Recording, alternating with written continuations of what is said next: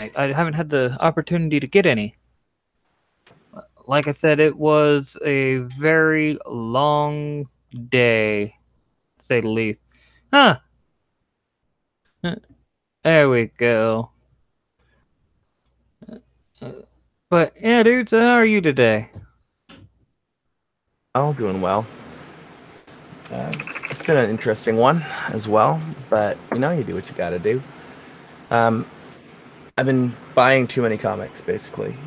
So, yeah, I had to open up a bunch of. I bought like a pawn shop that was going out of business their entire stock of comics Ah, for like bulk without even knowing what was in it, and that was a fun experiment. I have like probably 500 I haven't gone through yet, and around 200 that I did today. oh, So nice. yeah, well, it's nice, but I didn't expect there to be this many. Is the problem? So I don't have anywhere near enough boxes. But Hey, comics are comics, man. yeah, oh yeah, there are far worse problems in life than not having enough shorter long boxes to store all your comics. Yeah, I don't even have proper long boxes. I have totes that I've have a lot of my comics in.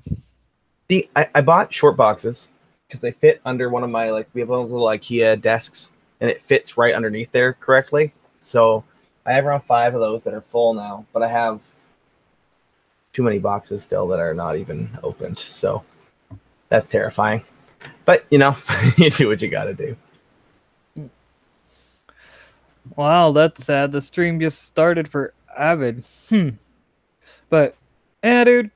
So, remember you mentioned you have something that you're working on. Yeah. So I have a comic project that I've started up recently. It basically is converted from a plot of I was running a video game for a really long time, like a branching RPG, but based around the idea of having superheroes in a team.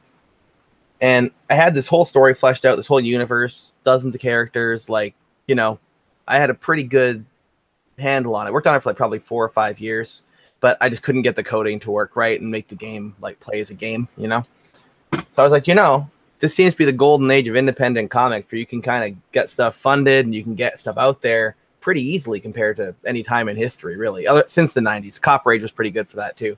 But recently there's been this influx of creators who are coming out there saying, hey, like Alterna Comics is a great example where there's like all these creators get to publish their stories and have all these great, like, I read Scrimshaw recently. That thing was killer. And that probably was not going to get picked up by a DC or a Marvel or any of their imprints, but it probably should have been. It deserves to get the distribution that it got. So now that I have a story that I think it's kind of tailor made for comics, I've adapted that into more of a comic setting. So I've contacted a whole bunch of artists who are really good. I have 5 right now who are contracted to do 1 or 2 character designs each. The first teaser went up yesterday that at Willis Who, Rob Willis, did for me. He's so good. Like, it looks so much better than I even thought it was going to. And like I had high hopes and he just killed it. Like, he absolutely killed it. So over the next 2 to 3 weeks, we're gonna start seeing a lot more teasers come out. My short-term goal is by the end of the year, I want to have like a 6 to 8 page teaser comic all done to kind of see if people really want, the whole thing done before I fork out thousands of dollars to get something illustrated. So the goal is to get that out there and see if people like it. Word. Well, what all can you tell me about the project? Like Sure. characters, I can what definitely go over setting. I'm hesitant to go too much into characters because there's still so much, because it's not a branching story anymore where like you can make choices and different things happen.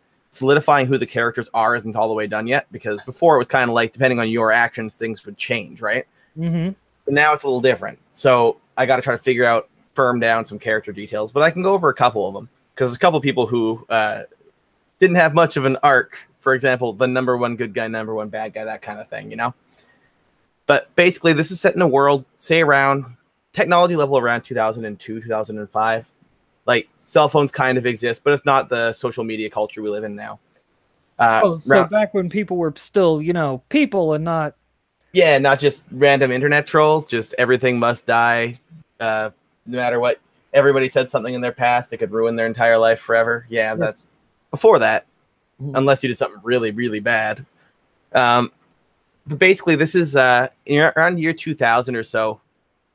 Big plague hit, mostly in non-North American countries, but it eventually got to North America as well. And it basically killed like 90% of people who got it, which is something around like 1 in 5 of the human race. So it killed like 1 billion people. Around 10 years later, what people started to notice, so like in the 2003 to 2005 kind of window, is some of the survivors of this plague started to demonstrate unusual abilities. It's sad.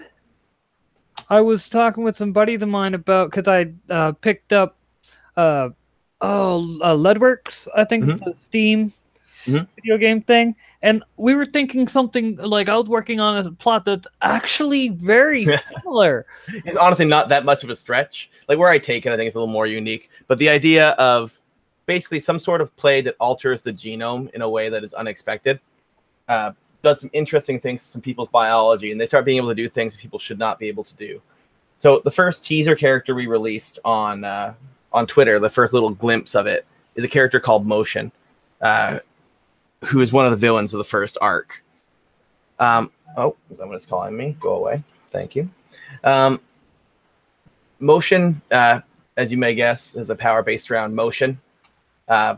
Absorbs kinetic energy, can redirect it as energy blasts, can run faster, jump higher, that kind of thing.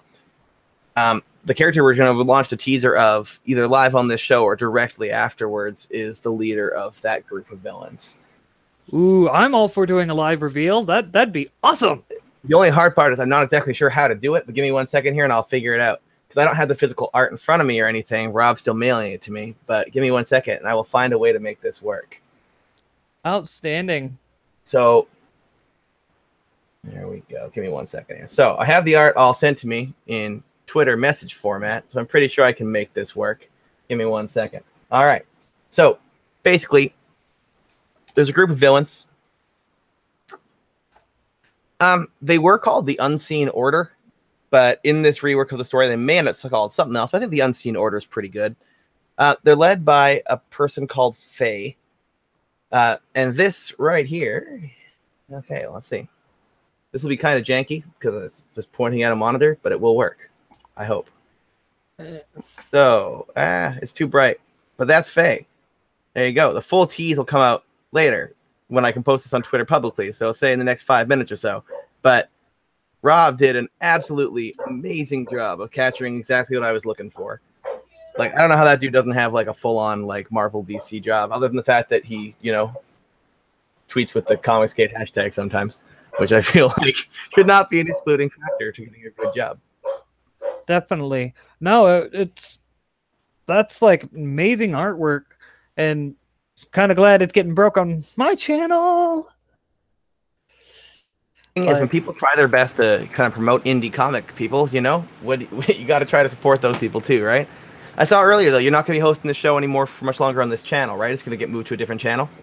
I'm doing what I can to save it. Like, okay, cool. It's just personal issues. Like I just mentioned in chat, Mim kind of, if you will, he got my head right for the stream and everything, and was like, look, gave me some advice to be able to hopefully be able to still do this, but at the same time find ways to get my personal problems fixed. Well, personal problems are, depending on the severity of them, they can completely derail a show. So, got to take care of you first and foremost. But I do like your show, so I hope you continue doing it. Oh, I like doing it. It's like I've stated before on the show, the fact that I've like met people because of the show that work for, or I should say, had worked for Brett R. Smith, for example, DC and Marvel. I've had Mim Headroom on. I've had just some guy on. I've met some really awesome people doing this, and it's like, I don't want to stop doing this because it's a lot of fun and it's really awesome. There's a lot of good people within the comics community, compared to what the comic pros would actually have people believe. The thing is, like, there's been this whole gatekeeping's the wrong kind of word because it's not really gatekeeping. It's just like there's limited jobs and people hire their friends. So Very true. it's more nepotism than gatekeeping, I think. But there's been this little, I don't know, cabal's the wrong word as well. But there's been a group of people who are consider themselves influence makers who run the top 2 comic companies who have kind of done a very good job of curating who gets into those spots. I guess gatekeeping is the right word, but I don't think it's actually as nefarious as gatekeeping. It's just that they are comfortable with the people they are comfortable with and not, people who they're not comfortable with. And there's good and there's bad portions to this. The good part is you can definitely say what you want about Marvel Comics. They have a pretty uniform tone to their universe right now. Like when you pick up a Marvel book, you know what you're gonna get. Yeah, you really do, and you're not gonna like it. Yeah, well, exactly. Like I bought my first Marvel comic this week that I've bought since Civil War 2 started. I bought Amazing Spider-Man #1 with Ryan Ottley art because I can't not buy Ryan Ottley art. He's just too good. But like that's the first thing I bought, and I bought it because of an artist who came over from Image. I didn't buy it because of Marvel. Even though I love Spider-Man, I didn't buy it because it was Spider-Man #1. I bought it because that's kind of a momentous history of comics thing when Ryan Ottley goes from Invincible over to Spider-Man. That's a thing that I want to remember. Oh yeah, no. Like I pretty much stepped away from comics the minute I started realizing like Marvel. Last thing I really read and whatnot and supported was the original Civil War. Like I was still picking up Deadpool for a while there, but you could tell it was around the time. I guess you could say you could start to see that the politics was taking control. So I'd say around 2009, 2010, like when the early politics were taking control. And it broke my heart because that's not what comics were. Yeah. Like I'm about to turn on the webcam. Give me a sec. Getting everything kind of straightened out. That'll work. Hey, there we go. There you go. But no, like I found this and I have been looking for it for a while. Mm-hmm. Like, and to those who may not know, Johnny the Homicidal Maniac's a great book. But and then the last one I actually bought, Horse Trade, and I had to get this because of the fact that it's the one where Tim Drake proved he was the world's greatest detective at the time because Batman was dead. And the thing is, like, the character arc of Tim Drake has been handled so well if you ignore the last 3 years.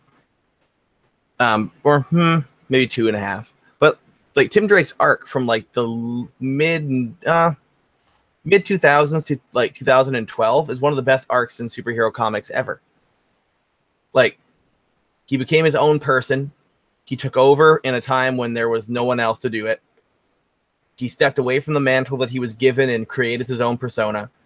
And like it's a great character.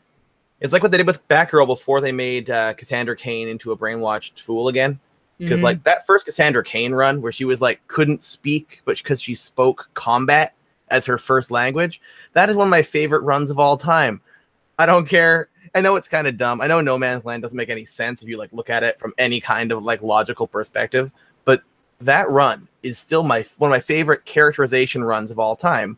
And then what did they do to Cassandra Cain? They made it so she was actually a villain the whole time who was brainwashed by her dad, blah, blah, blah. It sucks. Like, yeah, I don't. DC has got some interesting ideas recently. Well, the whole thing about DC is DC was making a killing, because of Marvel's shortcomings. And then all of a sudden they're like, oh, well, let's change things up. Let's do what Marvel's doing. Let's get Bendis over here, even though that's the dumbest idea ever. Yeah, like, I don't know. I watched a Diversity in Comics video on the Superboy fiasco. And I think he goes a little too far on how bad it is, but it is very bad. Like, I read Super Sons. I really like Super Sons. Peter Tomasi is just an excellent writer. Like, I actually, in one of my unboxing videos that will go up in the next week or so, I found some Brightest Day, and I don't own any of Brightest Day because I wasn't buying comics at that point when that was launched. But anytime I see Peter Tomasi's name on a project, I'm like, it's probably pretty good. The guy knows how to write. And even though Bendis took his characters that kind of were, I don't know about developed, but were matured a lot in the last 2 years by Tomasi and on Super Sons, I think that the character can still be salvaged pretty easily by doing any sort of comic book things, like the kid is being brainwashed or the kid is being controlled or all these different things. But I have no confidence that they'll do it right. I have no confidence that they're going to try to save this character. Instead, I'm much more sure that if they take a young male character and they make him all like whiny and angsty, that's not like a temporary phase that he will mature out of and become a good hero. It's going to be this is who he is now for the next 3 to 8 to 10 to 15 years. And that disappoints me. Yeah. I mean, it's not just, there's so many things going wrong in comics, and there's so many changes that they're making with these characters that it's like the biggest thing that comic fans have been saying is stop changing our characters for the worse. Change them for the better. Make them better people. Like the whole reason why, like, take Wolverine. Mm-hmm. Wolverine's a prime example. When he first came on the scene, he was just this gruff, didn't really like anybody, really just hard to get along with individual. And as time went on, you saw him go from that to being this really, he showed himself to be the gentle giant, even though he's short, if you will. Exactly. He showed that he had, as the Wolverine Origins comic, which some people like it, some people don't. I do. Mm-hmm. But that comic described him best as the hero that's vicious to the bone, but with a heart as wide as, the great outdoors. Well, I think the duality of the Cyclops, like, heel turn, for no better way to describe it, and the Wolverine complete face turn, like, that is one of the best stories in comics that was told, like, poorly, but, like, the idea behind it is so good, where the always plays by the rules guy who keeps taking hit after hit after hit after hit to every aspect of his life eventually breaks down, stops being who he wants to be, while the guy who has given up on everything keeps getting shown reasons why he should keep trying. If told in a better way, like the way they did the Phoenix stuff at the end kind of turned me off that storyline. Like when it took over the 5 people, and it's like, now everybody can be Phoenix. It's not just like Jean Grey special. Everybody's Phoenix now, because who cares? But the idea of Cyclops having his ideals broken while Wolverine's ideals have evolved into a place much closer to Xavier's, that's a great story that, even though they told it poorly, was still good.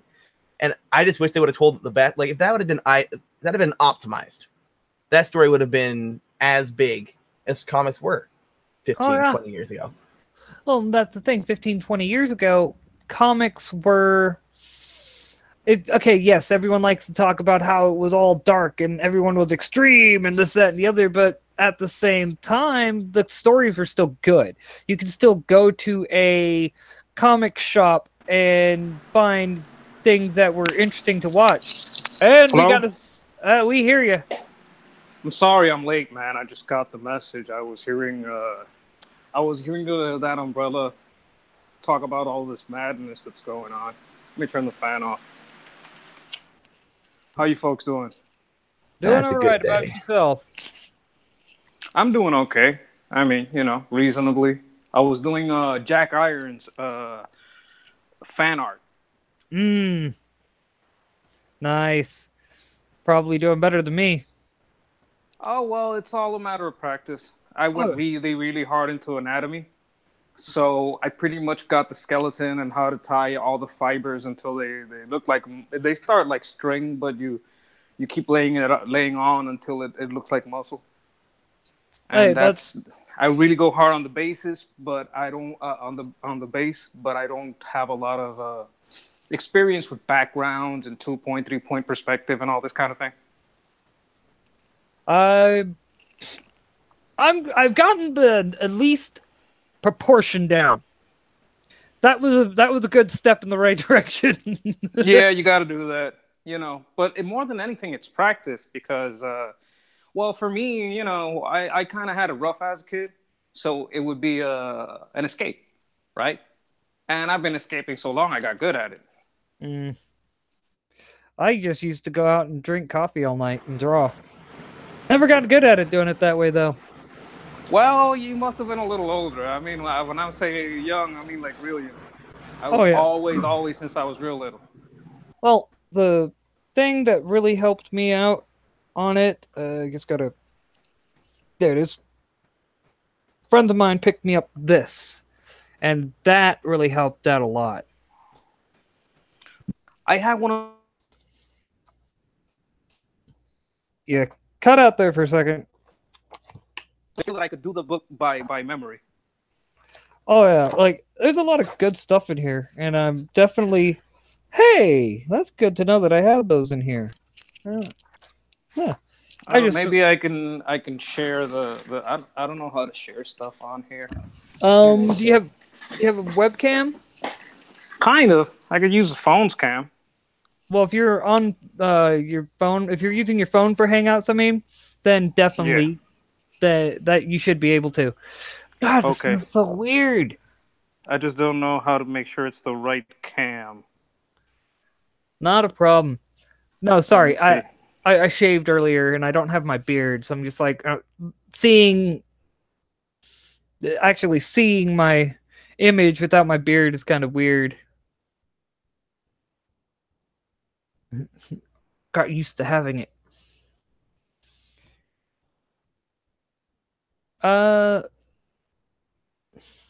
Luke, you're not. There you go. My mic was being dumb. I have now reconnected the cable, back. so we should be okay. I think I popped out for a second. I'm not sure. Like, everything went. Like, I didn't hear either of you there for a minute. Testing. Okay. My mic's back now? Yes, your mic is back. That's what good. About me? Am I back? Yes, you're back. Okay, so I was doing this. This is kind of I use the iPad and the Apple Pencil, and I was doing a jack irons. If you look at how I started here. Let's see.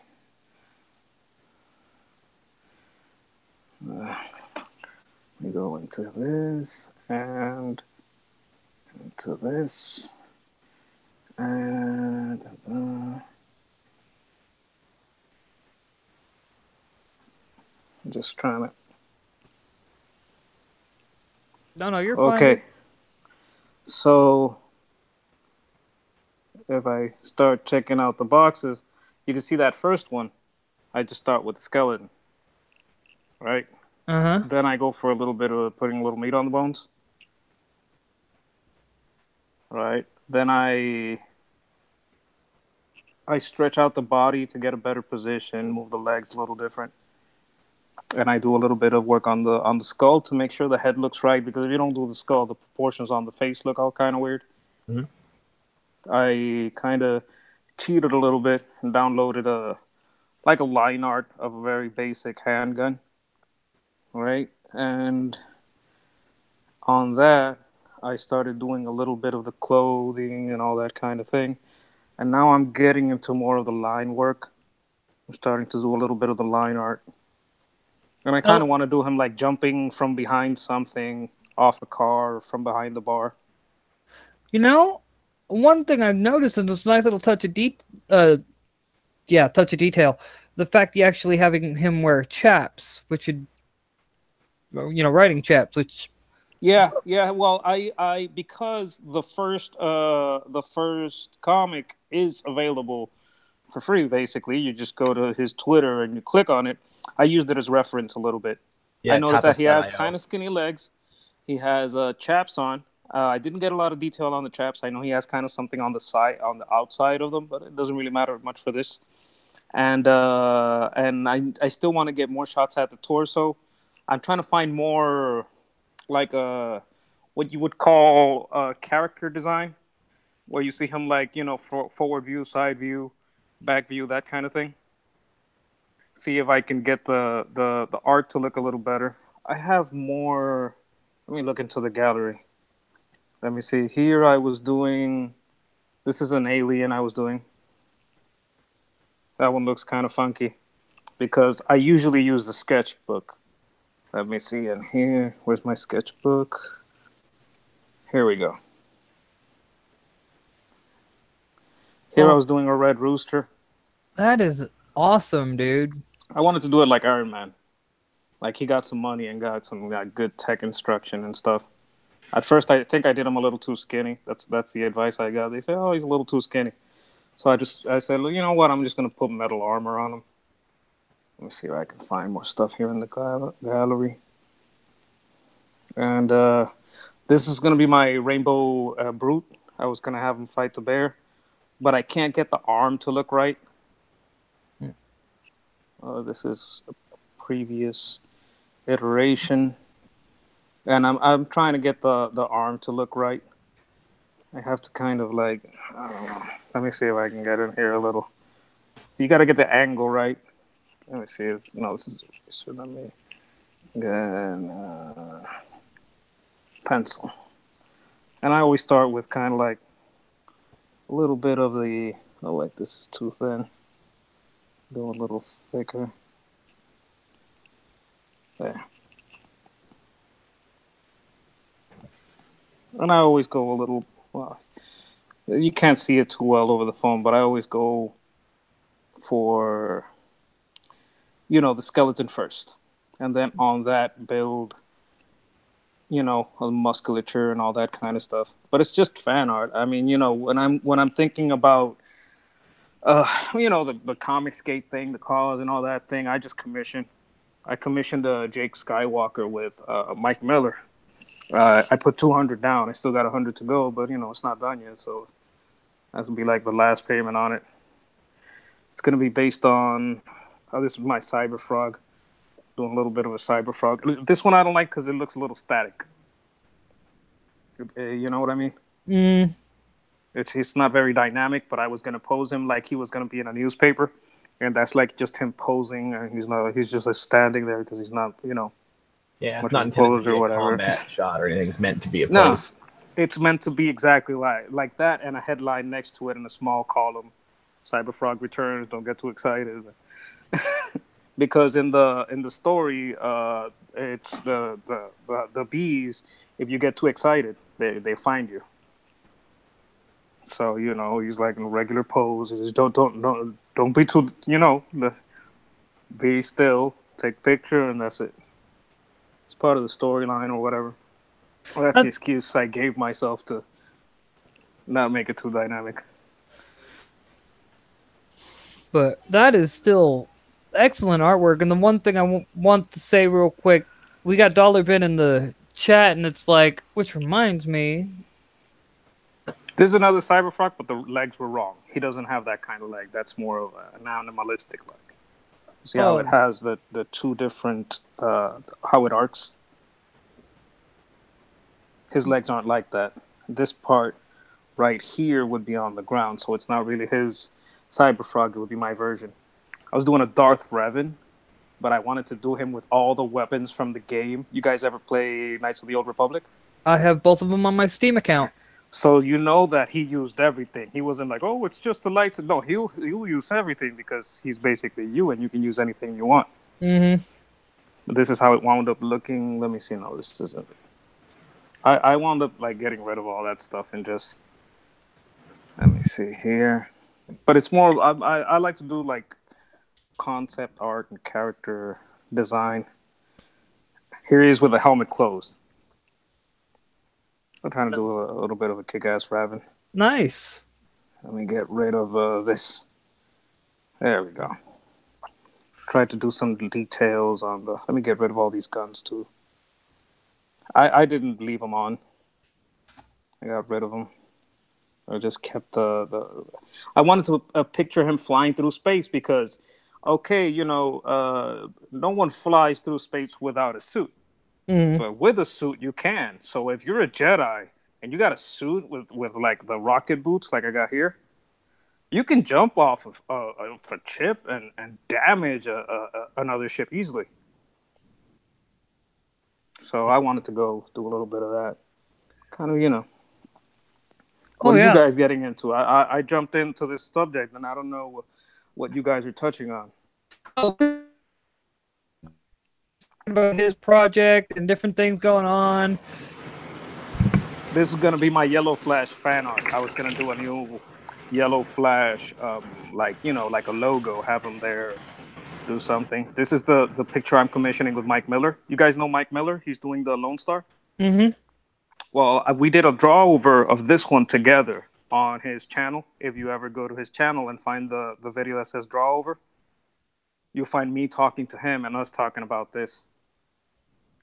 And I'm gonna make that into a finished piece. Maybe I'll hire Kyle. Kyle's a good colorist. I'll try to hire him to color it.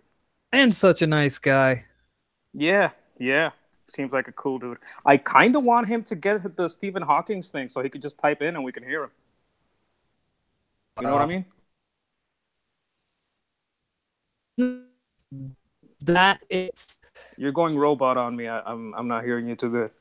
Yeah, I'll be fixing that tomorrow.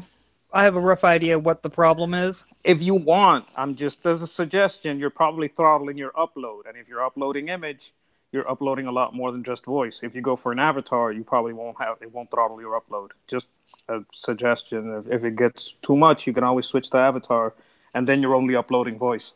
Because upload is usually a smaller bandwidth than download. You know what I mean? Oh yeah, no. It was happening when I was using my having just the Nerd Over 30 logo. Okay. Like I even was having it happen on my Discord earlier, and so that pretty much tells me it wasn't doing it before I tried getting Hangouts to work on Firefox. So that tells me I probably did something with Firefox that screwed everything up, and now it's just kind of making things worse. And instead of trying to fix the problem, I'm just going to wipe everything and start fresh tomorrow. That works sometimes. Once you got to do the whole, wipe, just clean the whole system. Yeah, I wonder why no one else on YouTube can see. Like, for some reason, it's not defaulting to Sketch's view when he's talking, so people on YouTube can't see. I don't know why. Oh. Wow. Maybe you can fix that. Can you pick who stays? Yeah, I just put you to to being the main. Okay, you want me to go over? Let me see. I can do real quick. Okay, so what I was telling the guys about was fan art. This is... One second. We still can't see it yet, Sketch. One sec. Okay. That's what I'm finding out. Even though you're selected as main, I don't know why it's not. I wonder because it's phone broadcasting, it won't let it be primary. It could be. I do everything off my computer, so... Yeah, so do I. And for us, whenever I talk, it shows me. Whenever you talk, it shows you. But when Sketch talks, it does not show him. So thank you, chat, for letting us know. Because I didn't know that was happening. Right? Well, it ran out of battery anyway. Word. Kind of noticed your profile pic, though. Taking your either current or former military. I was in the 3rd Infantry Division. I'm not anymore. I got hit in the head, a vehicle accident, and I kind of cracked my skull a little bit. And I tried to survive, washing dishes, whatever, I had very good jobs at first, but things got harder, a lot of migraines. And the doctors told me, you got to get your pension. And I was like, oh, but I'm against this war. I don't agree with what's happening and the why. They're like, you know what? They're going to use that money to bomb people. And if you don't take that money, your money's bombing people. You want that on your conscience? Why don't you take that money and invest it here? And I was like, okay, now I feel bad if I don't take the money. And I just took the money. The way I look at it, you served your country, even if it wasn't, line of combat injury, it's still you were injured while you were in the military. And that's kind of the big thing. You get injured while you're in the military, they take care of you. And yeah, it's like if you were a fireman and you get burned. Well, there's part of it, a mechanism, an insurance for that. Or if you're a policeman and you get shot, it's just honestly supposed to be the same thing. You work for Blockbuster, and the guy drops the thing, like the little, the gate that closes the door on the back of your head, and you get hurt. You're still taken care of. So, like, like you got hurt on the job. Exactly. That money is there for a reason. Like everyone pays out their long-term disability, so that if something like that happens, you can take. But we're tied to such a big thing, and when you look at it from my perspective, all my friends are dead. So I'm like, okay, I love these guys, but sometimes they shoot themselves in the foot, and sometimes you're the bullet, but sometimes you're the foot. You know what I'm saying? Definitely. So I like many veterans, I have my strong feelings against the way we're running our foreign policy. And that's completely understandable. I mean, it's one of those, the best way I've described it to people is I support the You're going robo on us. Can you hear me now? Now I can hear you now.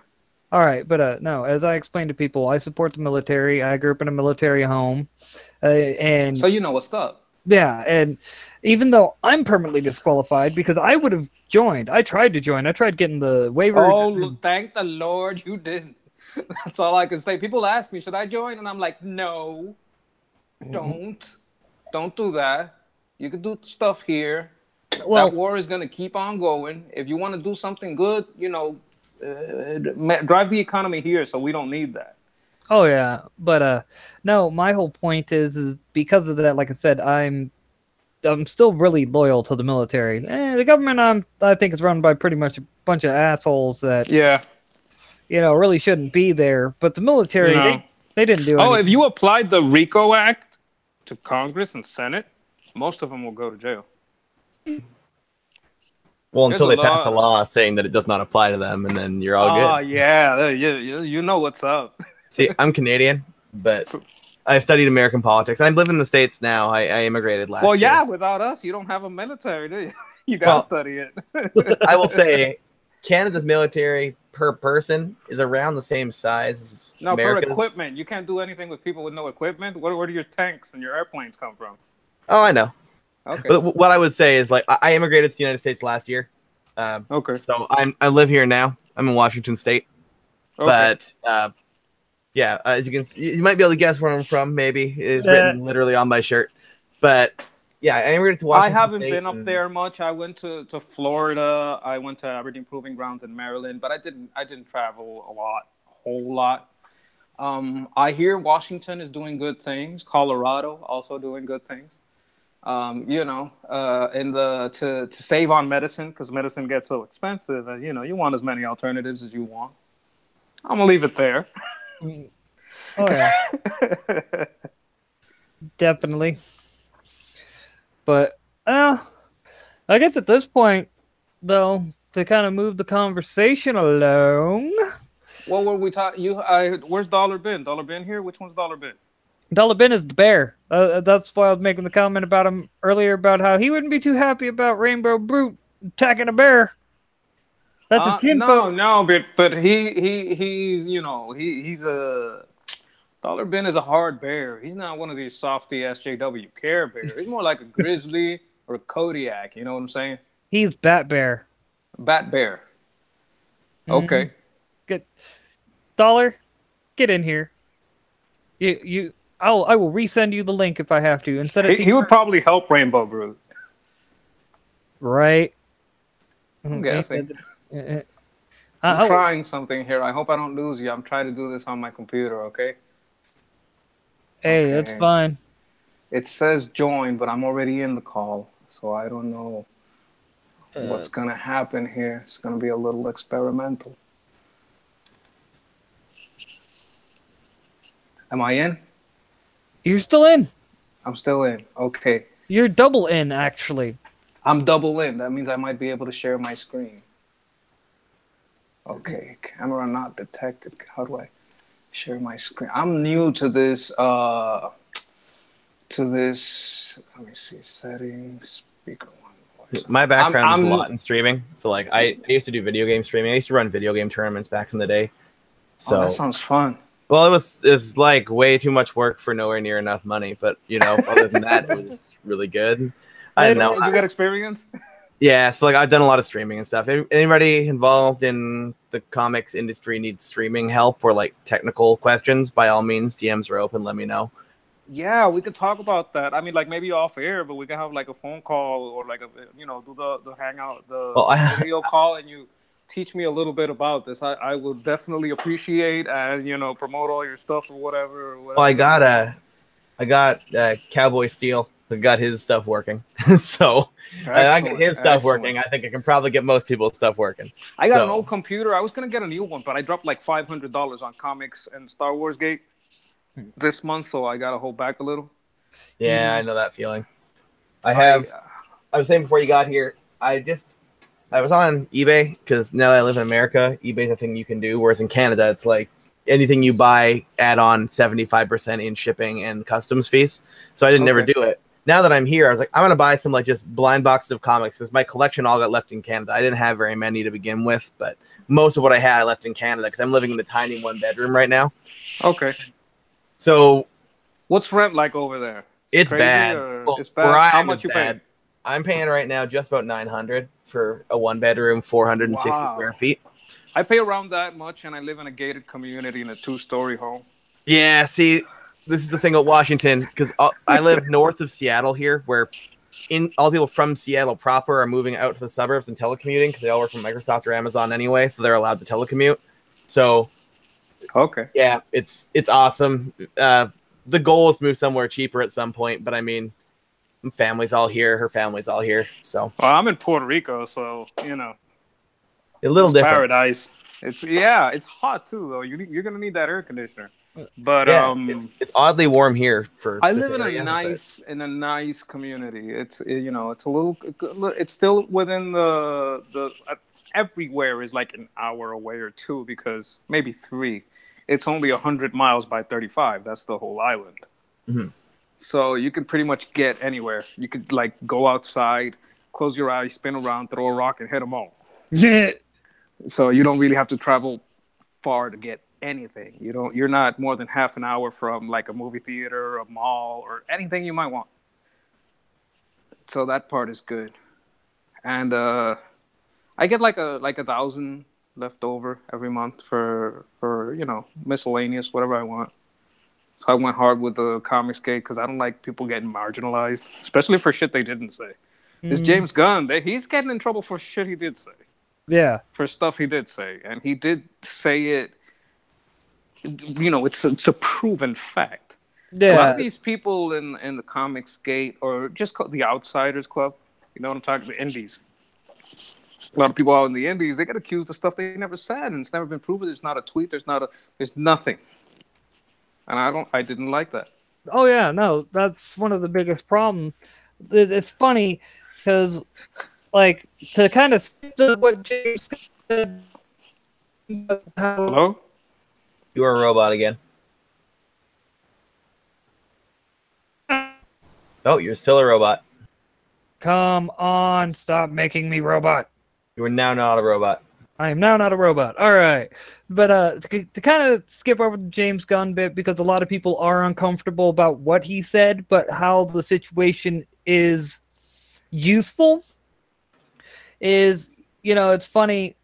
They would like to sit there and throw out all these allegations against the comic gators and all these, basically the Republicans within. Can you hear me? We can hear you. I got a phone call. You guys stay on for a little bit, right? Yeah. No worries. Okay. Good. I'm gonna pop out and pop back in. Yeah, Are you guys seeing my floor? I got a mop. Yes. Okay, let me cover that.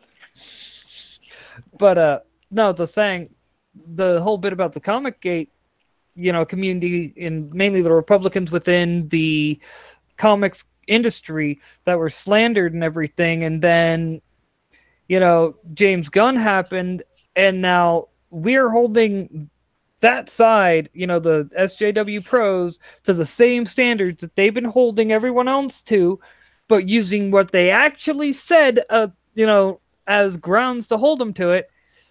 I find it funny because, like the tweet. But you got to see their end goal. Their end goal is war, and in war, they don't care about losing 100 customers if they can find 10 people that are willing to go take the crap of that 100.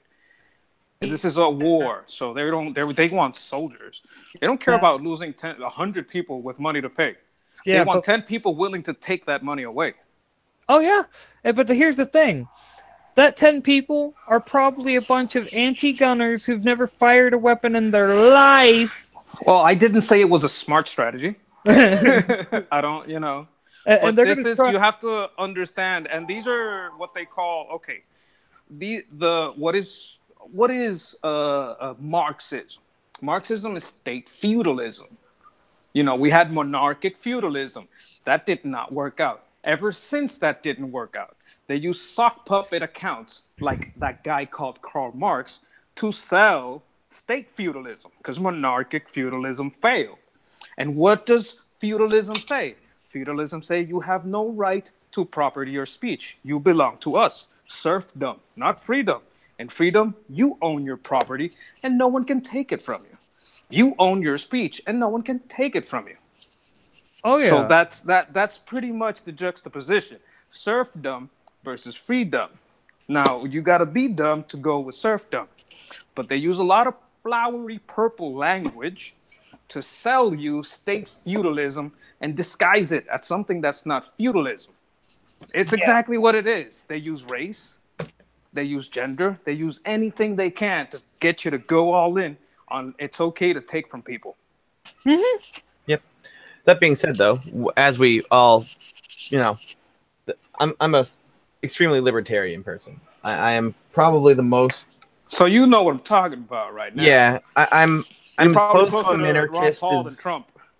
Yeah, I'm as close to a minarchist as you're gonna find. I think the government should do very, very few things. Oh yeah. Yeah. But the thing is, right? Like, the argument has always been made in society that there are things that, like, there are things the government must do because no one else will do them. Oh, I have no doubt. Just take the money a different way because in this country, we give a lot of money to charity. Mm-hmm. And in this country, we could take that lotto system that used to be the way you ran a town. You had a lotto, have a bake sale, do whatever, but don't put a gun in my face to take that money. Yeah. And if you had it on a decentralized open ledger, you can't really embezzle it because it's on a decentralized open ledger. Everyone can see what you're doing. Oh yeah, and it's funny that you mentioned the things that the communists do. A book everyone should read. Everyone should read this. I have 2 copies. This is actually the copy that my spare copy. And then once you're done with that, you need to read this. I can't see it. You gotta tell me. The first book was a copy of the Communist Manifesto. This one is You Can Trust the Communists to Be Communist. And then the other one is Our Own Worst Enemy. And those are just 3 books that you need if you're going to understand what's going on within this country currently. Well, the fourth book would be Rules for cultural... Radicals by Saul Alinsky. That book It's needs to be read by everybody who is in Comicsgate if you want to understand what people are trying to do to you. Like, the steps that he indicates on how to destroy a target are literally the steps being used to target everybody in Comicsgate. The thing is, once you've read it, though, it stops affecting you because you understand what they're trying to do. I'm pretty close, though, right? I was pretty much on point. Oh, yeah, the way I would put it is the Rules for Radicals style of taking people out. Basically, you isolate them, you force everyone who's on their side to disavow them or be grouped in with them by using groupthink, or not groupthink, but like group responsibility. Once you've assigned them group responsibility for not casting out person X, Y, or Z for their alleged sins, everyone on their side has now either disavowed them or is now tarred with the same brush, therefore can be thrown away. So, for example, Diversity in Comics says something in a Dark Prose that I don't think is very polite. Does that mean I will not buy his book now because he said something I don't think is very polite one time? Well, that's an individual decision. That should never be up to the group because it's your money. No, I'm aware of this, and this is what I would argue. That's not the way they think. Yeah, exactly. Well, because they're saying is if you support his book now, you support the exact same speech that he used, which is a crazy thing to think. Because if you give anyone money for anything ever, whether at any store, at any, if you go to a local deli and you buy a sandwich, to a crime. That's the underlying big like that. That's like the big button that they want. It's like, okay, so what if it's hey, it was just speech? Is it deplorable speech? Maybe, maybe not. Should you base your decision to buy or not buy on that? Well, that's up to you. It's your money. But once speech is a crime, then supporting someone with X or Y speech becomes a crime too. Yeah, but the thing that they're trying to do right now isn't make it a crime. They're trying to make it worse than a crime. A crime is a thing that can be changed by altering a law. Well, they're trying to make it instead as a point of shame. A point of shame is something that society decides that has nothing to do with law. It makes it culturally. Yeah, well, it's forcing people to act against what they want to do for virtue signaling purposes. So saying, "Oh, yeah, I don't think what Diversity in Comics said in that Dark Horse was very nice." And so even though I really think that his comic's probably going to be good and I would like to have it and I'm willing to pay the price, I won't, because I've been told that if I do, I'm a bad person. Okay. When you do, a crime can be easily fixed. Like if it's something is a crime and you successfully pass a law, that is now no longer a crime, that's fixed. If there's a societal stigma on something, it's way harder to undo because it takes like concerted effort. The reason the social justice warriors are so good at things is because they're collectivists. Collectivists tend to group with other collectivists, and then they all provide a unified front. Whereas if you are someone who is an individualist and you have your own ideas, and like I don't support what that Dark Crow said. I think that was a really rude thing to say. I'm a super polite Christian person. I don't talk like that. However, do I think that disqualifies him from ever having a book that looks good? Clearly, no. And good thing that's not a standard, because like every author I've ever read, I'm sure has said something that bad at some point. Oh yeah, I'm an extremely rude Christian, and oh yeah, and I believe that only God can judge him for what he said. Anytime we judge each other, we're doing Satan's work, because he's the one that wanted to sit on top of the Almighty and take his place. You can't wait for Judgment Day and judge. That's oxymoronic. Either you're waiting or you're judging. And if you're judging, you're trying to be the Lord. And if you try to be the Lord, you're a Satanist. Oh, yeah. Real quick. What's up, Dollar? Hey, what's going on? I was worried if I was going to come through or not. Oh, that's why I was like, look, give him a moment. Let's see if we can get Dollar to be heard. Yeah. I support Dollar. They're trying to persecute him. I don't like that. How's it going? How's it going, Dollar?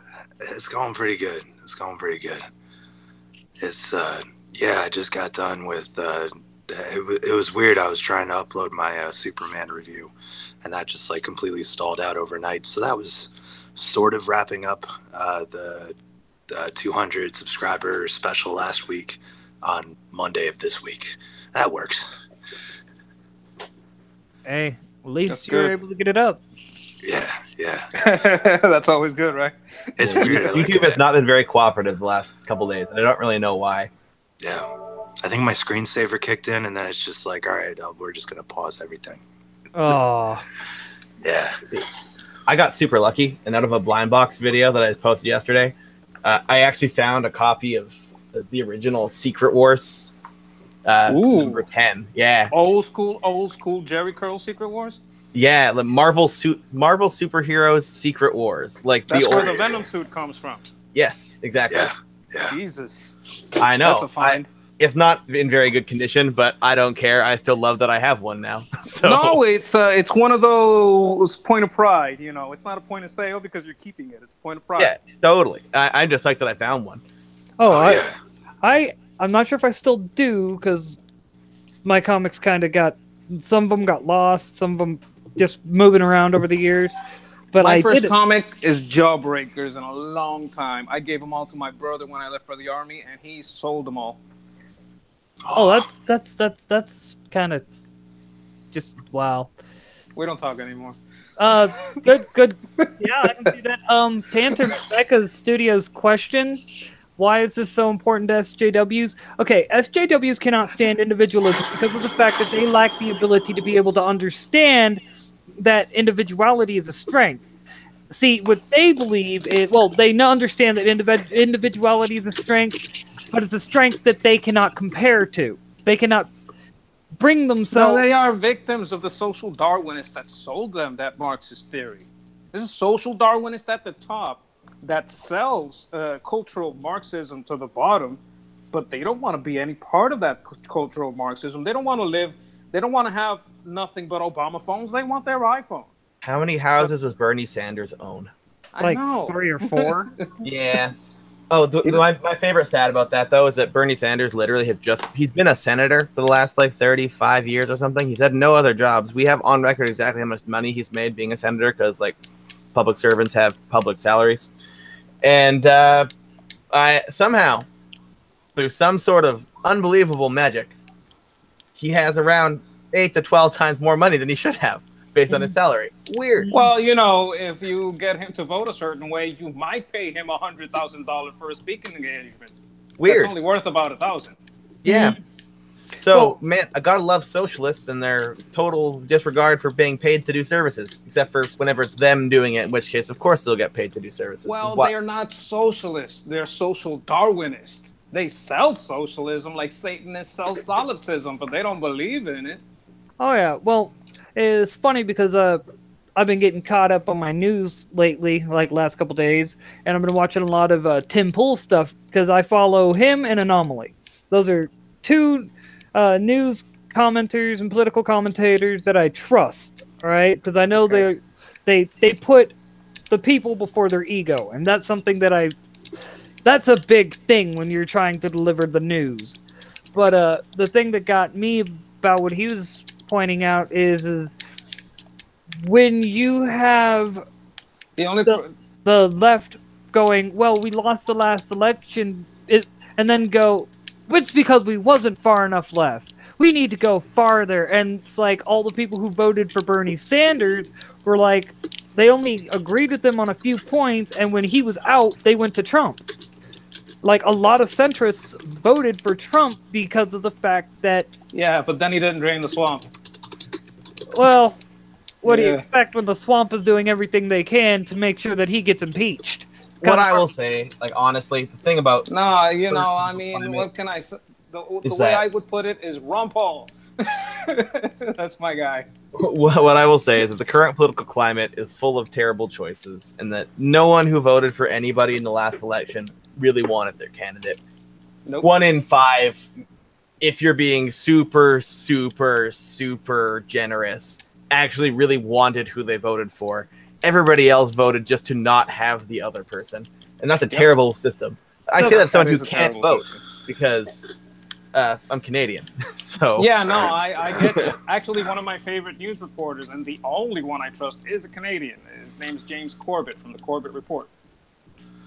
Yeah. Check him out. Canadians bringing that fire, bringing the truth. All right. Well, you kind of get sick of not being able to have a hand in what determines your big economic policy, or the big things that are gonna affect, you know, how the country is run, because half the money is coming from outside. I'm Puerto Rican. I mean, we're the last colony on earth. Yeah, y'all should have been a state long ago. Long ago. Yeah. Like that. But you know how it is. Oh, I know. It's more financially beneficial to those with the money for you to stay a territory. Not the same with the. Well, also politically, we would completely change the conversation if we had representation in the Senate and the House. That's we would make a filibuster, and Puerto Ricans, we go with the catheter in the front and the back. It's going to be a long conversation. You know what I'm saying? Oh yeah, no. That's a long filibuster. Like, and they'd be on both sides for the island. Yeah, I hate that. Like, I don't know. I guess the whole point is that the whole situation is just kind of, when it comes to politics, we're just screwed, glued, tattooed, and we need to.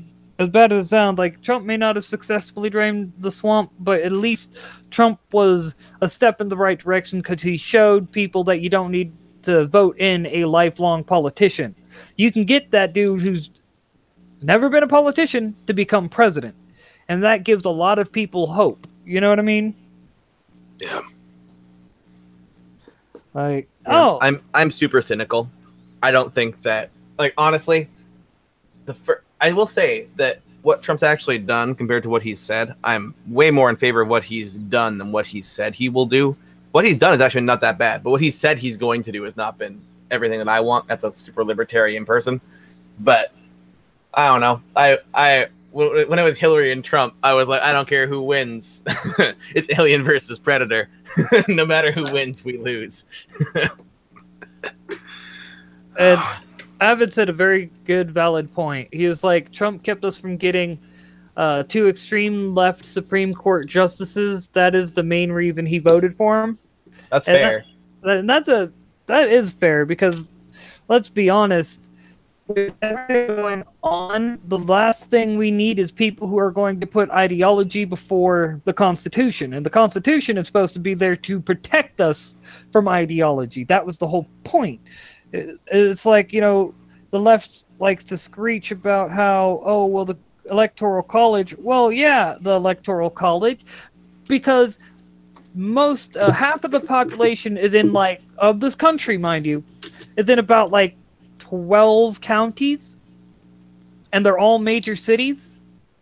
So when you have something like that, and almost all of them are Democrat, right there you have the tyranny of the majority, which is one of the things that the Founding Fathers wished to prevent from happening.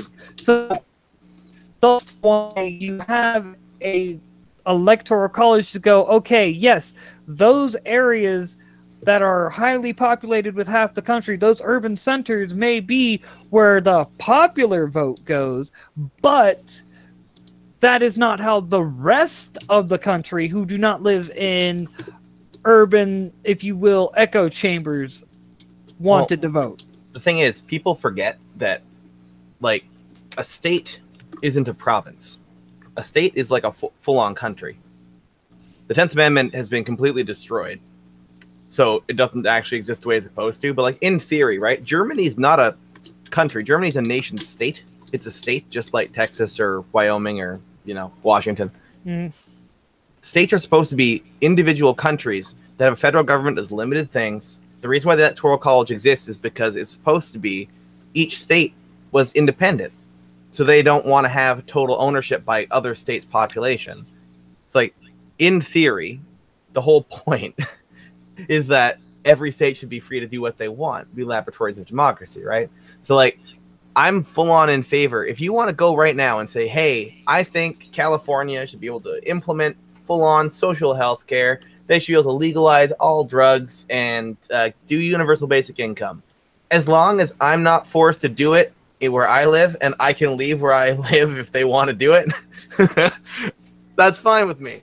Because guess what will happen? What will happen is in around 5 to 7 years, it will fail. The people will vote out the people who did it, and then we'll be fine again. Oh yeah, Subspork, and no, it's not just that. It's they should have to fund it themselves. See, what a lot of people fail to understand about the system of the United States is it was supposed to be local. Like, your county has the final say in the county. Then the state has, you know, a say for the state.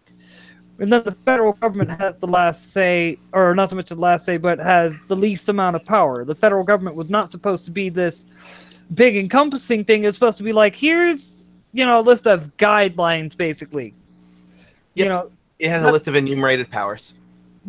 Like, yeah, in Canada. Canada's the opposite of that, where the federal government has all powers that were not strictly enumerated to a province the federal government maintains, whereas the U.S. Constitution says the opposite of that, which is any powers not strictly listed here as the federal government's powers are then delegated to the states. The Supreme Court in the early 20th century kind of undid most of that by just saying, yeah, the Commerce Clause means they can do literally anything we want, because Commerce Clause said that. So, you know, and I know we're getting a little bit deep into, like, political jargon here, but, like, I used to, like, I worked in political talk radio for a long time, so I'm familiar with this stuff. But, like, yeah, it's the way that everything was envisioned to be and the way that it is are not at all similar. oh yeah. Yeah. Like, and I'm kind of showing something for Avid real quick. Avid! Another good book for you to check out. Sorry, I have where your library's on a nice, neat bookshelf behind you. Mine is in a series of dresser drawers. As you may see, right here we have Atlas Shrugged. Right Nice. here we have the Fountainhead's down here, but you can't see it. Yeah. The top of my shelves are nonfiction, but they're not meant to be seen because I was doing video game streaming. I don't want to have the audience was not particularly kind to people of libertarian bent, so my nonfiction's up at the top. Yeah. Well, the funny thing is I had finally come across certain books that the left would vilify anyone for having. And the irony is a buddy of mine who's Samoan pretty much bugged me and bugged me and bugged me until I sold him the book. And I was like, fine. Just, you know what I mean? I didn't get a chance to read it. I got a digital copy that I'll get around to reading eventually, but to actually have, a copy was like, nice. You know what I mean? I completely understand where you're at there. That's why I'm not mentioning the book and books by name. Because, it's just sad. Being educated on all subjects automatically gets you labeled as pretty much an alt-right Nazi. Just because you want to be able to debate people on the grounds of their ideology, their ideas and their ideals, which is what we're supposed to be able to do. We're supposed to be able to go, okay, let me read your information, and then I'll get back to you. Once you've done reading the information, you get back to them, you can go, oh, now I'm about to tear it apart, and you're not going to like me. Yeah, I'll say it's kind of funny whenever people call me a white supremacist Nazi, and I'm like, I'm a libertarian person who's married to a black woman. And it's like, yeah, sure, that's me, white supremacist Nazi. I'm opposed to nationalism and socialism, and married someone who, yeah, if I was a white supremacist, I feel like my father-in-law would probably kill me. How dare you make that proud black woman a white supremacist? I know, exactly. I tricked them all. Yes, apparently. It's a long con. First you marry him, then you reveal your secret racism. Then it all becomes a Dave Chappelle sketch. Yes. God, and the only reason why Dave Chappelle worked is because of the fact that he was willing to go there. That's the only reason why it worked. Had he tried to be tame, the Chappelle show wouldn't have worked. Yeah. I'm in a way though, I'm really glad that he did ended everything when he did. He kind of foresaw what was going to happen to his show if he continued. And I don't know if you caught it when he came back for his first stand-up special since he had left, at least the one that, everyone made a big deal about that was on the Netflix. He's just like, yeah, how it felt for me watching Key and Peele just do my shit all these years. And it was really sad. Like, I love Key and Peele, but they did stretch out that show. Sorry, I had a phone call. Oh, it's okay. We were talking about Key and Peele. I haven't really seen a lot of them. Nah, it's okay. It's not something that you can watch it, but it's not something that's like you gotta watch. Is I guess the best way that I would define shows like that. It's good. It's sketch comedy. And there's other shows that do it better. Definitely. Granted, let's be honest, Saturday Night Live's become nothing but a Democrat propaganda sketch show. We haven't... Go ahead. I kind of fell off with them a while ago, and I sort of, around the John Lovitz era, and then I kind of got back on board with them with... I think it was when Tina Fey was writing, and they had Andy Samberg, and I might even be mashing all that stuff together. I kind of hear something. Do you hear that? It's a thing. I'm playing a little bit of Titanfall with my niece because she's in Philadelphia and she kind of misses me. That's cool.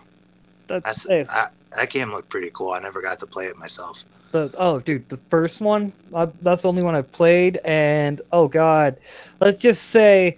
Being the fact that I played BattleTech and MechWarrior Tabletop, that game was all me, buddy. All me. I even have MechWarrior Online on my computer. Nice. Razor Fist tweeted out last night about a MechWarrior Online Solaris 7 stream that went on today or tonight. And I really was I like this political analysis, and he does it from a metalhead's perspective. He brings the metalhead jargon, everything. Like I've stated before, I'm a metalhead, so you get the idea. But when he posted that, I was like, and you like MechWarrior 2? Did we just become best friends? Like the GIF? Yeah. Just, that was awesome to me. Like, that's something that if I could get enough people to play, I have written down somewhere a full campaign of just pure awesome. And it's not just that one campaign, it's like 3 campaigns long, and it's a whole bunch of just pretty much taking advantage of the fact that I've played too much MechWarrior while at the same time playing like Titanfall and shit like that. And I'm a firm believer in when you're playing a tabletop game, the rules are more like guidelines. The more freedom you give the players, the better. It makes for great immersive gameplay and allows you to be able to tell a more robust story. Yeah. Yeah, I mean, even that can kind of go for everything. Like, even down to Monopoly, that was kind of the best thing about that game was like the shady backdoor deals that you could do. Mm-hmm. Yeah, it was, and it really just goes for everything. Like, you can just take the rule set and just bend stuff a little bit where it makes sense for real human interaction. It's how people would actually play by the rules when given the rules. It's just interesting stuff to see where you can bend certain things to make it more interesting. Oh yeah, no, like one of the things that like the next, if I ever do get into a D&D campaign or Pathfinder campaign, all right, so when I first started playing Oblivion, because you could do anything in that game, one of the first things I did was I was like, I'm gonna create a serial killer just because this is the first game that gave me that opportunity. And I've done just about everything else in all the different video games, so I want to do this. Alright. So what became my MO was I became the lockpick killer. I would kill people, take all their stuff, and leave a single lockpick on their body. Oh, that's creepy. That's good. Yeah, right? Like, I don't even like serial killers. I just thought that was an awesome idea. So my next time I get into an actual like D&D or Pathfinder campaign, I'm bringing that idea in. And it's going to only be me and the DM that knows what's really going on. And purposely, me and the DM are going to try to get it for the rest of the party hears somehow about what's going on. And it's always coming from towns that we just left. And once the party starts to investigate it, and once they start getting close, certain party members are going to drop dead. And everyone's going to find the lockpick on them. That's all they'll find. And the last person alive will be the one that finally figures out, oh, I was the lockpick killer. All along. I think that'll be an amazing thing to do in game. It'll piss everyone off. I mean, that's true. What can I say? When you're playing a tabletop game, you have the ultimate freedom, so why not take advantage of it? Yep. Yeah. It's been a pleasure, guys. I gotta run. I gotta pick up my wife from work. So I really appreciate you guys having me on the show here and letting me show off some cool art. Definitely. I put it in the chat again. If you want to see the art reveal from earlier in the show, check out my Twitter at Comic Stats. It's got Rob Willis's art. That dude, I don't know how he doesn't have a gigantic contract. That dude is so good. Yeah, I just saw it, by the way. That is incredible. Yeah, it's so good. I had some feedback on it. I gave him hey, here's what I want, but it isn't just what I asked for. It's what I asked for, but so much better than what I thought it would possibly be. So yeah, it's killer. That dude rocks. And but yeah, I have 5 different artists currently contracted to draw some characters for me and have some teaser art going. So in the next coming weeks, you'll see more and more about my project, which when I have a finalized name, I will stop referring to it as that project. But yeah, the goal is to have a final 8-page teaser comic ready for November, early December this year. And then if people like it, then hopefully a full-on issue by December or January. Nice. That's the All current goal. We'll see if that, we'll see if life interferes, but that's the current goal. Hey, and hopefully we can have you on and again sometime, and if all goes well, and I'm able to continue doing this after the 4th, I'd gladly have you on. Oh, totally. I'm always happy to be on live stream things whenever I'm not working, but I work like a lot, and I'm making videos now a lot. But yeah, I'm always happy to be on shows. So anytime. Alrighty, dude. Later. Have a good one, everybody. Later, man. And then there was 3. Yeah. So I guess if I was a serial killer, I guess that's kind of the thing that I've been thinking about now. Yeah, I guess I would be more of a Jekyll and Hyde serial killer. I'd be like, he'd be normal by day, and then when the rage overtakes him, he becomes a crazy bear, and then he goes on crazy bear rampages, and people are like, "What is this? I don't know who this guy is. We'll call him the Mangler, the Midnight Mangler," and he's just he's mangling at midnight. And yeah, they don't know what's up. He doesn't even know what's up. He just wakes up, his clothes are all torn off because he's a bear. So like he wouldn't even have anything. Just be naked and afraid in the woods. And yeah. Minus the TV crew and Honora. Yeah, that it would be, I guess, a lot harder to keep secret in the digital age than if it was old times, especially if you were in like a village that is away from civilization. But yeah, it's, in general, like, I'm getting tripped up in the chat. My sweetie pie says I need to be Jigsaw. That's hilarious. I hate those movies. I really do. They're fun from a slasher standpoint, where it's really about almost appreciating the level of detail put into the special effects, but it can be gratuitous to a degree. Like certainly, the first one I'll always defend in the sense that it didn't have a lot of gore. Everything was cerebral. The first film was kind of like these two guys trapped in a room, and it almost played out like a stage play. Like it could have been a very low budget student film idea. No, I just, like I said, I don't like slasher flicks, so that's just not my style. It never will be. Like, and but at the same time, like, I give credit on the ones that do that genre really well.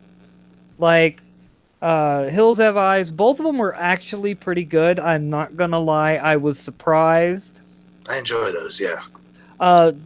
The House of a Thousand Corpses and Devil's Rejects were really good. Oh, we lost it. Yeah, I think we did. Yes, we lost the sketch. Oh, we lost the sketch. But like, those movies were good. I was definitely I was more interested in that. Oh, speaking of Rob Zombie, for those who haven't seen it, check out the The Haunted World of El Superbeasto. Oh yeah, that's pretty neat. I keep meaning to revisit that, but I've only seen like a couple random episodes. No, I'm talking the original. I'm talking though the original movie. Oh, there's an original movie. I did not even see that either. I like Rob Zombie too as a horror director. Yeah. Was this live action or animated? Animated. Oh yeah. All right, so it is. I'm pretty sure this is what I'm thinking of. Because I saw it and I'm just like, all right, well, that's a thing that needs to be seen. So then I forget what happened, though. What year did it come out? Something sidetracked me hard that year. Well, ooh, I see that. That's a problem. But no. Let's find this. Let's find this out. Super Beasto. All right, I'm typing it. All right, so this was 2009. Yeah, that was actually the year that I came back to New Jersey from Florida. So yeah, I wasn't consuming a whole lot of media that year. Yeah. Oh yeah, that any time that there's a move, that yeah, there's not a great deal of TV time during that period. Oh yeah. Like for me, granted, I don't really watch much television. I found out about it by don't even remember how, and I was like, all right, I'll check it out. I checked it out, and yeah, I was definitely pleased. I was like, yeah. And then I found out like Rob Zombie is a huge comic book geek himself. Yeah, yeah, he seems a lot more down to earth than his persona for sure. Right? And well, Rob Zombie has always showed himself to be a very intelligent person. It's just that you would never be able to really, you know what I mean? Yeah, yeah, Like you'd never believe it until all of a sudden you're like, oh, wow, he actually is an intelligent person, and he showed his intelligence. Like that's one thing I've always liked about him. There's a lot of musicians out there who you'd never think are really like Marilyn Manson. Very Yeah. well-read individual. No one would ever believe he was as well-read as he actually is. Like, yeah, yeah. His really the major thing that's hurting him is just the drugs. Oh, the drugs. Have you ever read his autobiography? That's some rough stuff in there. It's Yeah. it lends more of a window into why he's the way he is. But he, in a way, though, when I guess you could trace it back to his music, he was never really the same when he broke up with that fetish artist Dita Von Teese. Mm-hmm. Yeah, she kind of, and I'm not really even laying it all on her. It was just probably like a combination of things that, from the outside looking in, it just looks like another celebrity relationship. But there's probably like a lot more going on there. But that lines up to when I stopped enjoying his music as much. I think that was after, what is it, the golden age of grotesque. Yeah. Well, like, don't get me wrong, I was never a big Marilyn Manson fan. I didn't really start. It's one of those. Back in junior high and high school, when he was big, I was like, man, his music is shite. Give me classic metal, la da da da da. Yeah, it made classic metal and all the other genres look a lot better by comparison when he went into the weird burlesque phase. But Yeah. Sorry. But the funny thing is at the same time, I hated Mudvayne at that same time. I preferred classic metal, and now I'm like, play me some Mudvayne. I'm feeling the rage. I've gone a lot more toward a lot of 80s stuff lately. Like, it's weird. I go between 90s hip hop, 80s like synth pop, Eurobeat from, I guess, the 2000s, and just weird like Japanese stuff. And Italian hip hop is fun. Yeah. We should get some more people in here. It just became like the two of us streamed all of a sudden. And Yeah. you know, we're down to like 5 people viewing. See, it makes me sad. It just goes to show they don't like our repertoire. Because all we talk about is like, music and geek things and whatnot, and I guess you could say metalhead things. Is there a lot of other people streaming right now, or? I don't know. Let me double check. I will find out. Because if there is, I mean, let's see. No, by the looks of it, out of all the people I follow, anyway, we're the only ones. We're the only ones. We just need to get, someone else to balance us out. That's what we need. We need balance. Yeah. We're not very entertaining, apparently. Oh. Well, like, was there anything else interesting that came out of Comic-Con at all this week, like, that we didn't talk about? I think we pretty much covered it all, which is sad. I mean, you have the Orville trailer, which I've yet to see, that I heard came out, but I just... I still need to finish watching season 1. I'm like 2 episodes in, and because I hate commercials... Yeah. I was like, you know what? I'm just gonna wait until it's all out, and I can just watch it all at once. that's been my downfall for many a show, because I'll just be like, all right, I'll wait, and then I just end up never watching it. And that's what happened to Vikings. I arguably enjoy Vikings a lot, and I am so far behind now. I don't think I'll ever catch up. Yeah. I need to finish watching season 3 and watch all of season 4. Yeah. There's so many shows I'm behind on. I got buried with all of the CW superhero shows to the point where I don't watch them anymore. I stuck with Flash the longest, but yeah, I haven't watched any of the new stuff besides Gotham. Is the only comic book hero show that I'm current with. Yeah, I guess you could say, let's see, the last episode of The Flash I watched was like season 2, like halfway through. Oh, that's funny. The Young Turks. Like, I was like, I saw that, didn't really register, and then when you commented on it, I looked back, and that's when I realized both Matt and Ninja had commented about it, and it's like, yeah, I don't think we overlap with the Young Turks, because most of the people who probably watch this probably think the Young Turks are, well, full of it. Yeah, or there was like 5 people at least that just like went over to that stream and be like, "You guys, you wouldn't believe these guys over here." Right. But yeah. But yeah, if, did we put the word out in the chat for people to hop in if they can? Thinking that's yeah. Yeah. I'm even going to say Dollar and I are dying here. What else can I talk about? I guess in general, I've been talking today about my lingering feelings. Like, I guess not a first impression, but more of like a third impression of the Aquaman, and then I keep wanting to call him Captain Marvel, but Shazam trailers. And I'm not as excited for Shazam as I am for Aquaman. I guess if I had to balance it out, like, it's weird. Like, I'm worried Shazam, they might be doing it a little too silly. And I guess I have to maybe forego getting too hyped up about it in any direction before I actually see it. Because I want to give it a chance. It's an interesting take on it, but I guess I got hung up on the actor that they got to play.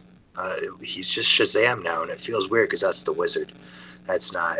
He's Captain Marvel, but we can't call him that anymore. Yeah.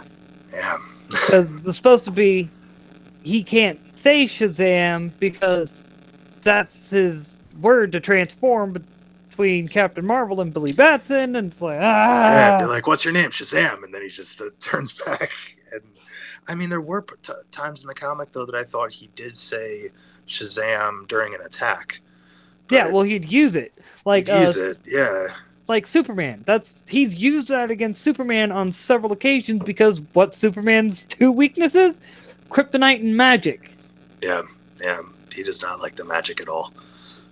Which I think is funny. Yeah. It's really led to some interesting adventures with him, especially with that little guy, Mr. Misias-Pitlick.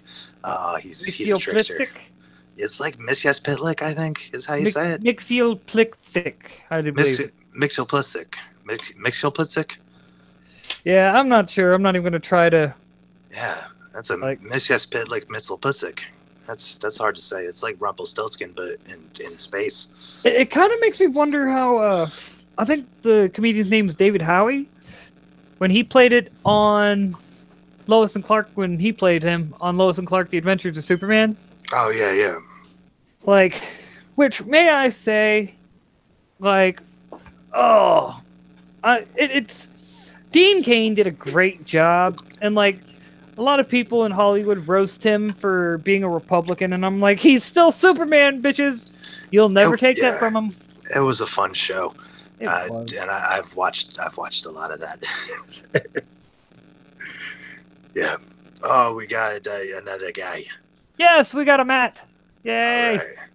Don't mind me. I'm kind of something I've been wanting to work on. Oh, nice. I found all of my classic ones not long ago. I haven't played much these days, but I still have my deck from something like 97 or 95. Oh yeah, no. Like it's funny. I'm seeing all my Return to Ravnica cards, or not all, but some of my Return to Ravnica cards. Because last time I bought Magic cards was like 2014. Yeah. Because I got Gatecrash from Return to Ravnica, and like my whole thing is I'm going to pull them out of here while we're on stream and probably after, and I'm going to get them all my cards worked back in together because of the fact that all my cards are now modern. There's nothing that's standard anymore. So I'm like, why am I keeping them separate? It makes no sense to me. Yeah. Maybe for order. Huh? Maybe you're trying to keep a little bit of order. No, actually, most of my card. What? I'm all about having my Magic cards organized. Like I have the Fat Pat boxes, like 3 or 4 of them. The big boxes, like 3 of them, I think. Yeah, 3 of them. This, you'll get a kick out of this. Let me set those down. Wait. Now, a GameCube carrying bag full of Magic cards. Like, that just goes to show you I have too many Magic cards. Okay, half my dresser is books, or the other dresser over there, because this dresser's for my clothes, the one that my computer and monitor and the webcam's on. That dresser's for books and Magic cards. As funny as that sounds. Like, I have too many books and I have too many Magic cards. Don't judge me. Well, it's funny because Scott Snyder had done a video where he shows his office and he has a dresser full of comics. Nice. So you're not the only one. Hey, I need to pull my comics out of storage, but that's going to be a pain in the ass to get to. Oh yeah. No, what I'm thinking about doing is updating my old green-black deck, which is the whole point of that deck is it was a shadow.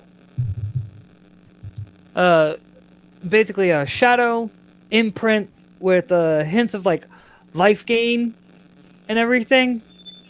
So I'd imprint things like I'll take it a certain shield. I can't remember what it's called right now, but you'd pay any card with mana cost 2 or less. Now base mana cost for Stream of Life is 2. And then whatever else you put into it is what you gain in life. So it works. As far as I know, it is was a completely tournament legal move. So what I'd do is, I'd take the shield, imprint Stream of Life on it, and then, since you don't have to pay the mana cost for the spell that's imprinted, I just dump mana into my life. Just, your turn. And then I had a Tower of Aeons, I think is the card, and what it would do is it'd put the top 8 cards of your opponent's library into their graveyard. Like, that deck was all types of just dickery. I don't know if y'all play Magic. I think Dollar does, but...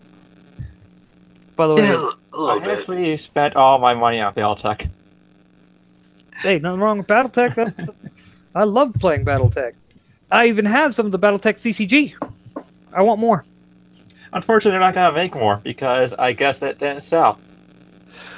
Yes, it didn't sell, but you can still find the cards on eBay. I used to have this hobby store that always had the Battletech cards and all the latest source books, all the latest miniatures. Unfortunately, it all closed down back in 2005. Oh yeah, Do I have that in here? I might have some of my MechWarrior, the Dark Age, and Beyond the HeroClix version. That was fun. I always like I played Banson's Raiders just because the freaking demigod tank, dude. That's what me and my friends called it. Because it was like you could get a good amount of them on the battlefield depending on the limit. Those things had range, they had power, they were full of dickishness, and I had the catapult from Dark Age, which, mind you, got years of moving, kind of like a lot of them got messed up, so I'm like, aw. But I still have a bunch of stuff of theirs. Yeah. It was fun. Yeah, unfortunately, the miniatures weren't very sturdy. Yeah, they really weren't. Like, the HeroClix miniatures are sturdy as fuck, but the Battletech ones aren't? It's really?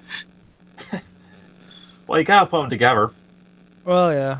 But, it's funny, your friendly neighborhood ninja just commented, said the very best part about Magic cards, or to him, about Magic cards was the artwork. Sometimes they were awesome, and he's very right about that. They had some good artwork on those cards, yeah. Yeah, unfortunately, they're going away at the SJW, so...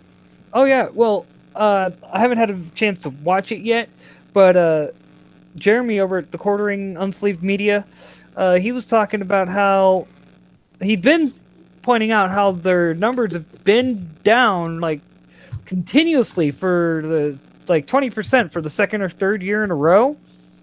And guess how long they've been doing the SJW thing? About 2-3 years. And once again, I don't need to go over it again. The rules of SJW inclusivity applies once again.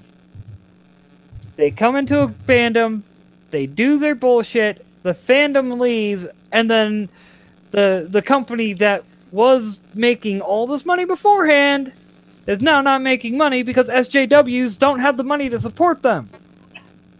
It's not that they don't have the money, it's that they don't have the interest. Well, that too. They're faux fans. Like, it's the only reason why they're there is because they see a group of people having fun and they're like, hey, let me get in on this. You know what y'all could use? You need some social justice. All the social justice. Yeah, and that's how you kill games and stories.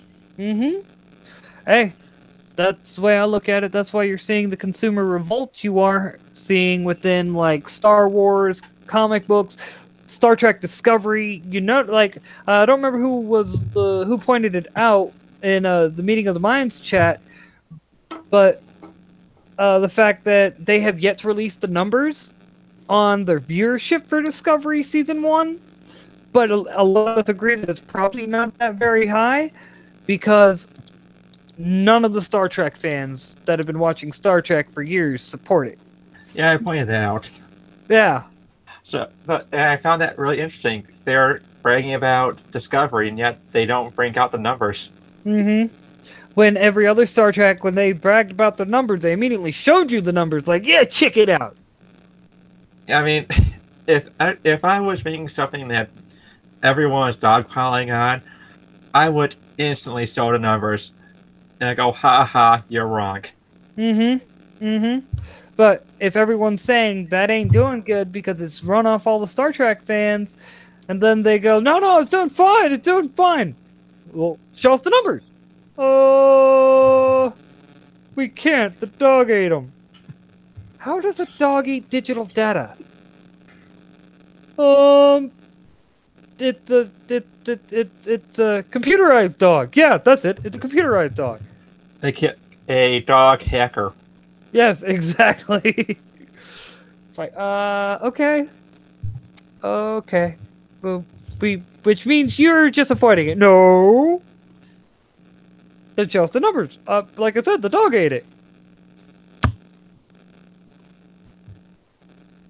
I will say this, though. We're probably going to call it here in about 21 minutes just because it's a slow night. Don't really have a lot of people in the call or watching, so...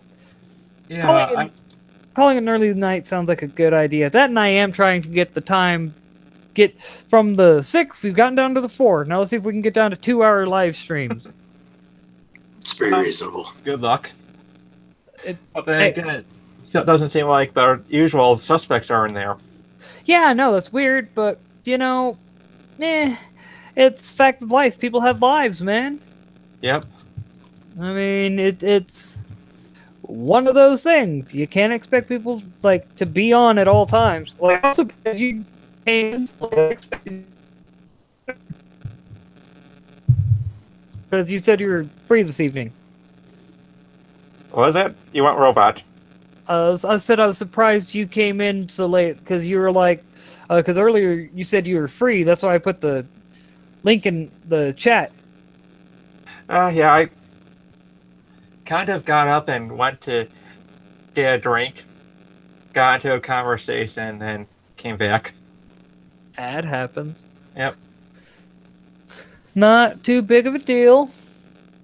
If nothing else, like I said, this is helping us get our chat or our live streams down in the, I guess you could say, time, because one of the things that I know will help with the getting views and everything will be having decent time. Not going for 4 hours. I'm not saying there aren't people that enjoy our 4-hour streams. I'm just saying that gets a bit too much. Yeah, well, I think longer streams could be done for special shows like getting to the end of a comics Indiegogo campaign or Kickstarter campaign. That's what we do. Which, speaking of, for those who are still watching, just so you know, Thursday we're having the Punchline guys on, and Friday night we're doing the final push for the Ferryman and the Punchline. Hopefully Sean for sure will be on Friday. He won't be able to stay because he does have to work that night, but yes, we will be doing the final push, the final countdown for those two. So stay tuned for that. Your friendly neighborhood ninja? It's not easy being had to. Because Kermit the Frog. Yeah. Well, it sucks that I won't be available when Sean's on the stream, because I backed both his Kickstarter and Indiegogo campaigns. But life happens. Yeah, unfortunately, that is the sad fact of life. Doesn't always work out the way we want it to, but you know what I mean? Yeah, and it'd be cool to talk to the Punchline guys, because I found out that they've got the entire series on Comixology, and I just read it all last night. Hey, nothing wrong with that. I don't have any regrets with backing their campaign now. Oh, I bet not. And right now they're at the Punchline's at 7,449, so they're doing well. For those in chat who have yet to see it, give me a sec. That's part of the reason why. Which reminds me, I need to give you mod abilities too, because one of the things I'm trying to do is give mod abilities to all the usual suspects, and to like Tug and Yellow Flash and Edwin. I meant to give it to Mim as well, because he was in chat. Let me go up to him. Yeah, there we go. Well, thanks. I wasn't expecting that. Yeah, you got the blue wrench. Yeah. Now I gotta go fix something. I feel, at least that's what I feel like. Chat. Yep. Chat mechanic. All right. For the Ferryman is less than 400 away from their 3,200 stretch goal. Nice. Not bad at all. Hopefully we'll be able to push that a little bit more and come, by the time it ends Friday, we'll be good to go. For those who haven't checked that out that are still here, check out the Ferryman. You know what? I'll probably just call it there. That sounds good. Yeah. Let you two do your final plug. Matt? All right, so I guess I'm going first. So, yeah, I've got a comic, sci-fi comic called The Kinetic Chronicles. It'll be going on Indiegogo sometime in the near future. I plan on putting up the first 5 pages on Twitter in the countdown to it. So you can check out at Train. Well, you kind of cut out there for me. Hopefully you didn't on the stream. Hopefully. Right.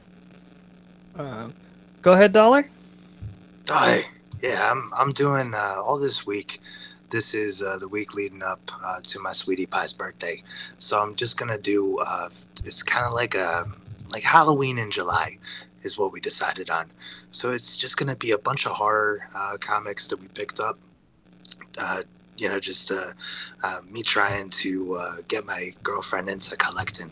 So she's a huge horror fan. So horror comics seemed like, bam, that would be the end to get her into comics. So yeah, I'm just gonna be going through all the books that she picked out this week, and I got some good ones on deck for you. All right. And then for me, of course, I'm Bob Dolbot, your host. If basically follow me on Twitter at Brainiac420 and support the channel, help it keep it going. Please donate to my Patreon. All right, later, folks. Later. Good night.